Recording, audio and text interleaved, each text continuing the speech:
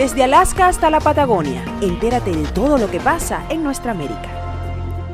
Bien, y le damos la bienvenida a esta segunda parte del programa, segunda parte en la cual tenemos la oportunidad de compartir con muchísima gente querida que nos acompaña a través de nuestros distintos medios de comunicación internacionales, comenzando con Radio Cumbre 101.9 FM desde el estado Barinas en Venezuela, también a través de musicalfm.com.be en Ciudad Guayana, en los Estados Unidos a través de Fusión 90.7 FM desde Houston, Texas en los Estados Unidos, y también a través de nuestro canal de televisión digital CNC Florida Central. Y en el viejo continente, como de costumbre, enviamos un inmenso abrazo a nuestra gente de Ideal Radio FM desde Málaga, España. Hoy en América es Noticia colocamos en Bajo la Lupa a... Y bajo la lupa, por supuesto, tocamos el tema venezolano, se los había prometido en la primera parte del programa y en la segunda vuelta, y ahora sí, tenemos información concreta que vamos a estar analizando en torno a lo que significó este diálogo infructuoso, este diálogo que no llegó a nada, pero tal vez sin llegar a nada, se consiguen muchas cosas, y esto quiero en esta parte sobre todo entrar en este debate con ustedes que como siempre nos acompañan a través de Américas Noticias, pero quiero incorporar comentarios que quedaron pendientes del bloque anterior. Por allí Pedro nos decía, estamos en un mal momento para la ideología de izquierda a nivel mundial. Mónica nos preguntaba si Puerto Rico sigue en default, si es correcto. Sí, 72 mil millones de dólares debe Puerto Rico a los principales tenedores de la deuda. Nuestra querida María Aguilar nos acompaña desde Las Palmas de Gran Canarias. Berta dice, no estoy de acuerdo con Pedro José, en Europa la izquierda es moderada, no confundan socialismo con comunismo, el socialismo de Chávez es comunismo. Creo que es un buen punto el que nos destaca Berta. Son dos cosas totalmente distintas, además lo he dicho, el tema de Europa es un tema tan particular para analizar, incluso dentro de la propia Europa. No podemos hablar de un socialismo como el suizo al socialismo español, o sea, son modelos también que difieren entre sí, así que pues pasaríamos acá pues sencillamente una eternidad tratando de escribir. Lo que sí es cierto es que el populismo, que es muy distinto, pues termina destruyendo el entorno, y el populismo revestido de comunismo, revestido de ese socialismo cubano, por ejemplo, porque lo pudiéramos adjetivar, pues nos lleva a las conclusiones que ya todos conocemos.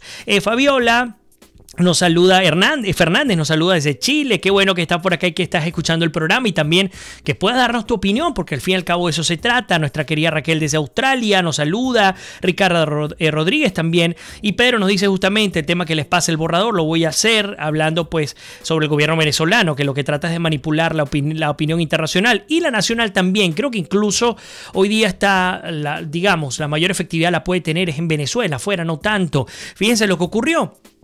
En el marco de lo que se esperaba ayer en la noche, yo pues veía con muchísimo terror que una vez que habíamos terminado el programa, me llegan fuentes cercanas y me dicen, hey, habilitaron en CNN, van a sacar la señal, van a transmitir, pues hay una toma en República Dominicana, una mesa, unos bolígrafos, unas banderas, está llegando Jorge Rodríguez, parece que ahora sí van a firmar, luego de haber leído los tweets de Julio Borges que decía, confíen en nosotros, no vamos a firmar algo que no corresponda, que no beneficie al pueblo venezolano, lo decía Borges. Luego se presentaba Jorge Rodríguez, cosa que, insisto, pues me generó muchísima duda en torno a qué estaba ocurriendo, más allá de la duda que ya tenemos todos, pero que pues a la postre se convirtió básicamente en un show mediático. Un show mediático, ¿por qué? Porque se aparece la delegación del régimen venezolano hablando de la necesidad que había de mediar y de firmar, que todo estaba listo, que la oposición pues sencillamente no quiso, no le dio la gana firmar, hizo todo su alocución, Jorge Rodríguez, hicieron su show de firmar y se fueron. ¿Qué ocurrió? Todo esto fue retratado, fue registrado a través del Sistema Nacional de Medios Públicos, incluyendo a BTV, y cuando Julio Borges y el equipo negociador por parte de la Mesa de la Unidad Democrática pues compareció por ante los medios de comunicación, ¡oh, qué sorpresa! En el Sistema Nacional de Medios Públicos ni una jota se incluyó de lo que dijo el equipo negociador de la Mesa de la Unidad Democrática. ¿Dónde está la democracia? ¿Dónde está el equilibrio? ¿Dónde está la verdadera vocación que hay en torno a la resolución de los problemas. ¿Por qué no se permite que el pueblo venezolano sea el que decida si está de un lado o del otro? Bueno, ¿por qué no les conviene? ¿Por qué no estamos en un sistema democrático? Así de sencillo. Entonces, pues, les debo confesar que luego de las acciones concretas por parte de Julio Borges y de la Mesa de la Unidad Democrática, al decidir no firmar lo que el gobierno, Zapatero y otros personeros pretendían hacerle firmar a la oposición, ahora sí debo levantar una bandera blanca y decir, tiene que haber algún tipo de reconocimiento, porque al menos la palabra empeñada 24 horas antes se cumplió por parte de uno de los representantes de la Mesa de la Unidad Democrática y dijo, nosotros no vamos a firmar algo que vaya a afectar al pueblo venezolano. Y creo que fue muy como nunca, tenía mucho tiempo sin escuchar a un Julio Borges tan lúcido como lo escuché el día de hoy. Y ustedes saben que yo soy uno de los principales críticos de este tema, de este diálogo y del tema de la negociación. Además crítico porque no hay sorpresa. ¿Qué sorpresa puede haber en un país en el que las reglas son dictadas por un régimen? No puede haber sorpresa. ¿Qué sorpresa puede haber si el elemento, la estrategia del diálogo ha sido una estrategia para estirar el chicle, para oxigenarse por parte del gobierno, incluso desde la era Chávez? Es decir, no puede haber sorpresa. Pero aún sin haber sorpresa, aquí la diferencia fundamental, clave era, y muchas personas lo desconocen, parte de mantener el diálogo, parte de llevar adelante este proceso de negociación fue solicitud de los países internacionales, incluyendo Estados Unidos, que pues media sanciones, las de Estados Unidos, la de la Unión Europea, la de algunos países de nuestro continente, pues se pretendía llevar a un escenario al gobierno en el que comenzara a ceder desde el punto de vista de elecciones libres, participativas, individuales, que también nos pudieran permitir el habilitar este canal humanitario, entre otras cosas. Es decir, no fue simplemente un acuerdo a la hora de sentarse entre el régimen venezolano y la oposición venezolana. Uno de los requisitos que puso la comunidad internacional son 50 países que están en contra de la dictadura en Venezuela. No son 2, no son 3, no es Estados Unidos solo. Son 50 países que han levantado su voz, y de los 50 países, 3 bloques importantísimos no solo han levantado la voz, sino que han procedido a sancionar, pues están allí. Estoy hablando de Estados Unidos, de Canadá y de la Unión Europea. Y ustedes me dirán, ¿por qué dices bloques? Bueno, porque Estados Unidos arrastra una serie de países también que la acompañan, al igual que en el caso de Canadá. Sin hablar, por ejemplo, de la presión que está ejerciendo México, Colombia, pero sobre todo México, Argentina y Chile, porque Piñera ya va a tomar posesión del cargo, de cara a lo que ocurre en Venezuela. Ahora, ¿qué ha dicho Borges? Y me encantaría que ustedes nos dieran su opinión en torno a lo que ha ocurrido. Ha dicho, pero es que nosotros, por ejemplo, no podemos decir, se debe promover la igualdad en términos de promoción política en el Sistema Nacional de Medios Públicos y también en los medios privados. No, es que en términos concretos, cada candidato tiene la oportunidad diaria de tener 5 minutos para poder promover su candidatura. Eso no lo permitió el gobierno, no lo quiso firmar. Por ejemplo, el tema de la observación internacional, ¿se debe promover la participación de observadores internacionales? No, es que lo que se quería en concreto, cuáles eran las competencias, hasta dónde podían llegar, operacionalizar absolutamente todo el proceso. Esto fue infructuoso, no se pudo llevar a cabo y era natural. Insisto, no hay sorpresas en esto. Ahora, ¿qué ocurre? Pues la oposición, afortunadamente, luego de tantos errores, tantos traspiés, tanta manera desacertada de llevar a cabo su política comunicacional a sus seguidores, pues finalmente picó adelante y dijo, ya va, si esta gente ha dicho que, inclusive el propio Maduro ha dicho que va a suscribir esta firma de los hermanos Rodríguez, en el marco del lanzamiento de Somos Venezuela, una estrategia muy clara del régimen venezolano para cambiarle la fachada al chavismo del PSUV. Pues entonces la oposición ha dicho, ok, nosotros vamos a hacer público lo que se había prometido que no sería público y lo que el régimen venezolano ha decidido no aprobar o no firmar. ¿Cuáles fueron esos puntos? Vamos a leerlos, vamos uno a uno, leemos los comentarios, seguimos adelante.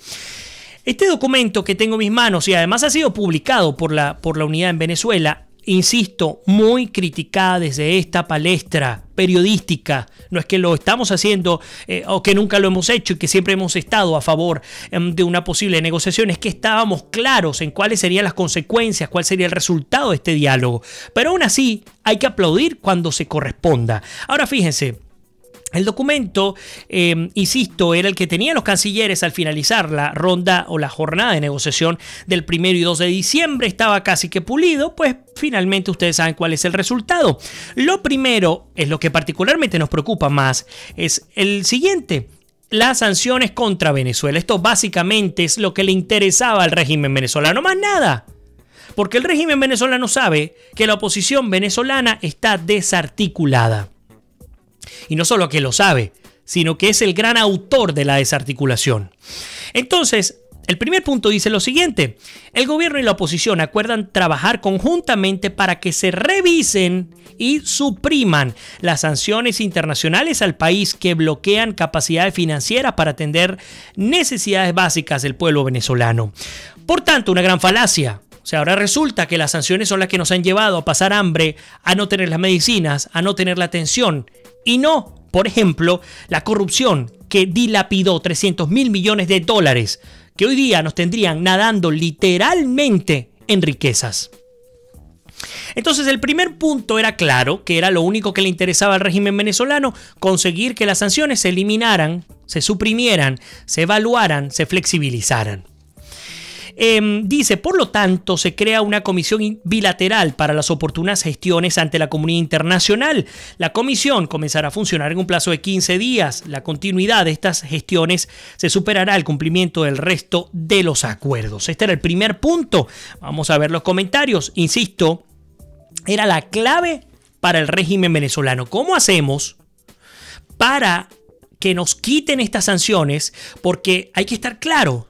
Ante un posible escenario como el que ha planteado Tillerson de un embargo petrolero, Venezuela se queda sin los 30-40 millones de dólares que le ingresan diariamente producto del petróleo. El único país que saca el dinero en cash, en efectivo, de una, sin pedir crédito, es Estados Unidos y se lo paga directamente a Venezuela. Imagínense lo que significa dejar eso.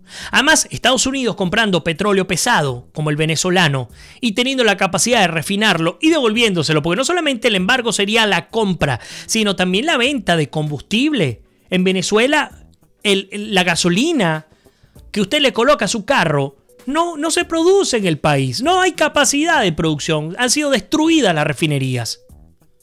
Entonces el gobierno está claro que el problema que le viene encima es de tal magnitud en la que pues trató de jugárselas con la oposición, maquillar una especie de acuerdo que no era otra cosa que una estafa y lograr que se flexibilizaran estas sanciones. Incorporo los comentarios, no quiero irme sin leer lo que ustedes están colocando. Vamos a ver por acá. Nos dice Elías, sería bueno sacar las conclusiones al final de la gira Tillerson y analizar los resultados. Ricardo dice, la oposición no debe firmar acuerdos en nombre del pueblo venezolano, es hora del respeto y la dignidad. Sobre eso se manifestó hoy la diputada Gaby Arellano, que parece poseer un poco de cordura. Ubaldo Mata dice, según los miembros del supuesto acuerdo y por los resultados de hoy, nos quedamos sin patria. Aurelio nos dice, circular borradores de acuerdo, ¿son ciertos? Bueno, el acuerdo que tengo yo, Aurelio, no es que me llegó por terceros, es el acuerdo directamente remitido por la Mesa de la Unidad Democrática. Así que si hay otros, no los conozco. Yo estoy sacando básicamente lo que es oficial, lo que se ha publicado a través de los medios de la oposición.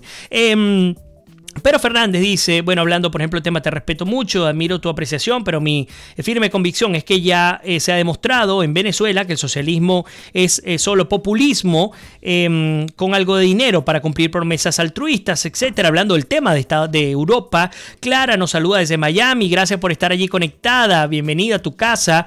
Ricardo dice, puro chantaje, este psiquiatra es un canalla. Cleila nos dice, no hay democracia en Venezuela, el mundo entero debe entender que está secuestrada por estos delincuentes, ellos no salen con votos. Y aquí coincidencias con gran parte de los analistas internacionales que se refieren justamente a este tema.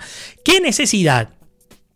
O mejor dicho, imagínense un escenario en el que el régimen venezolano, luego de haber hecho lo que le dio la gana desde el punto de vista electoral, desde el punto de vista judicial, tenemos ejecuciones extrajudiciales, tenemos presos políticos, tenemos personas desaparecidas, tenemos personas muriendo de inanición, tenemos personas muriendo por falta de medicamentos, tenemos 4.5 millones de personas que han tenido que salir del país por el hambre, por la persecución política y por la enfermedad.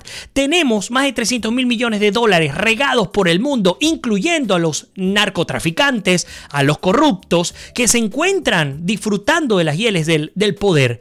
¿Qué escenario posible se puede dar con estos precedentes que les acabo de destacar? De un régimen que entregue el poder democráticamente con unas elecciones en la cual pues sencillamente, bueno, ganó el candidato X y ahora viene Nicolás Maduro a darle la banda presidencial, Diosdado Cabello le aplaude la victoria y pues sencillamente la Asamblea Nacional comienza a trabajar codo a codo con el nuevo presidente. Dígame en qué escenario posible se puede dar esto.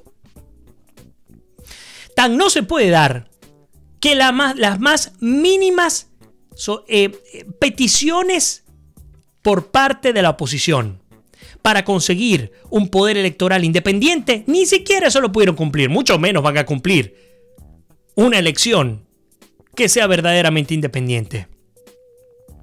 Son mínimas. Lo que está pidiendo la oposición, que es como extraordinario, es lo más común.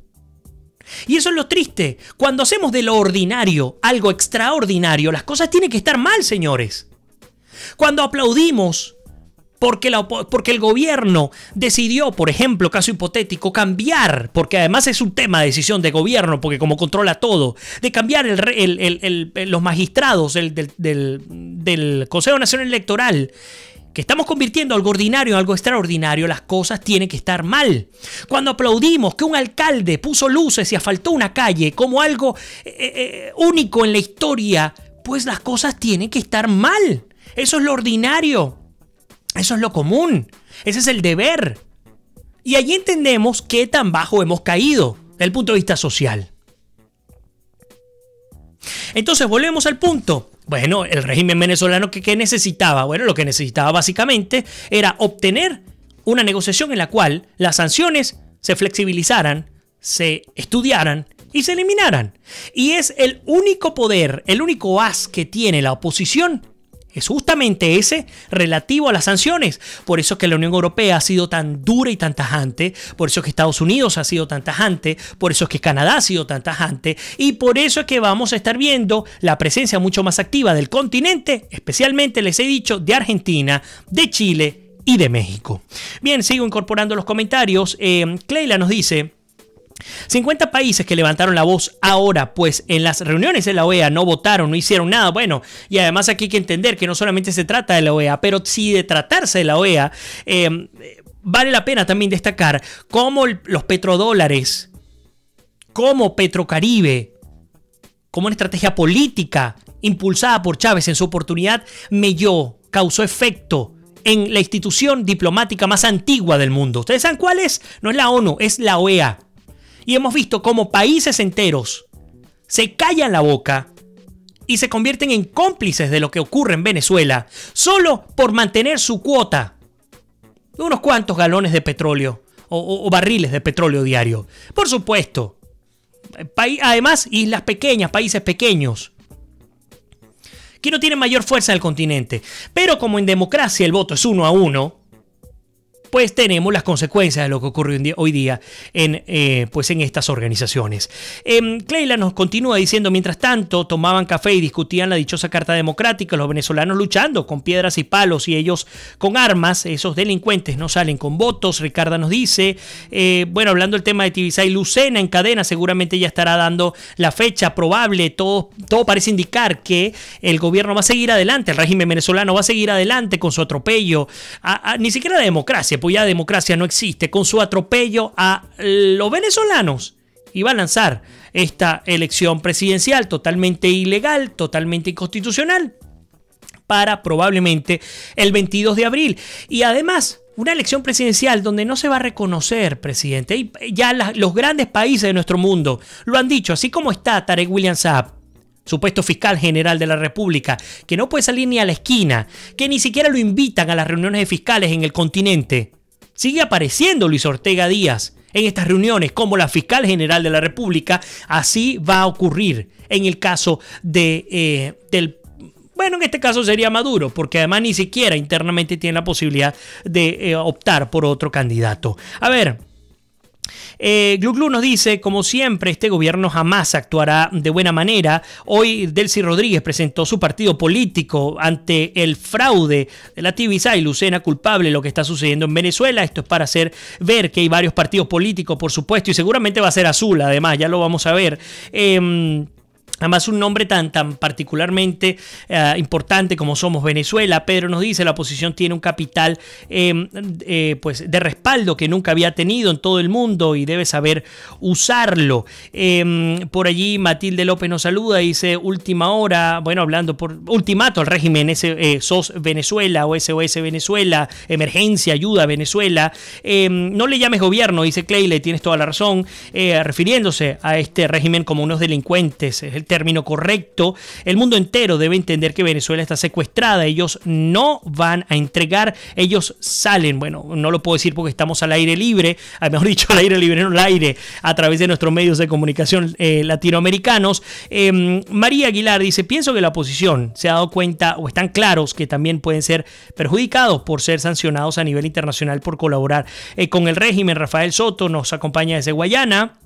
Continúan los comentarios, pero fíjense, antes de seguir acá, el segundo punto que es clave, que tampoco, este sí fue uno de los más delicados, fue justamente el tema de las elecciones. Y es que se decía que las elecciones presidenciales se celebrarían el segundo semestre del año 2018 y además se acuerdan las siguientes medidas. Primero, integración de un nuevo Consejo Nacional Electoral a más tardar en enero de 2018. Esto no se llevó a cabo. Un nuevo Consejo Nacional Electoral con 5 rectores, 2 nombrados por el gobierno, 2 por la oposición y 1 de común acuerdo. De conformidad con la Ley Orgánica de Procesos Electorales, la convocatoria oficial de la elección deberá realizarse con un plazo no menor a 6 meses de la fecha de los comicios. Luego dicen, antes de la convocatoria de las elecciones, los centros nacionales de votación serán reinstaurados en sus lugares originales.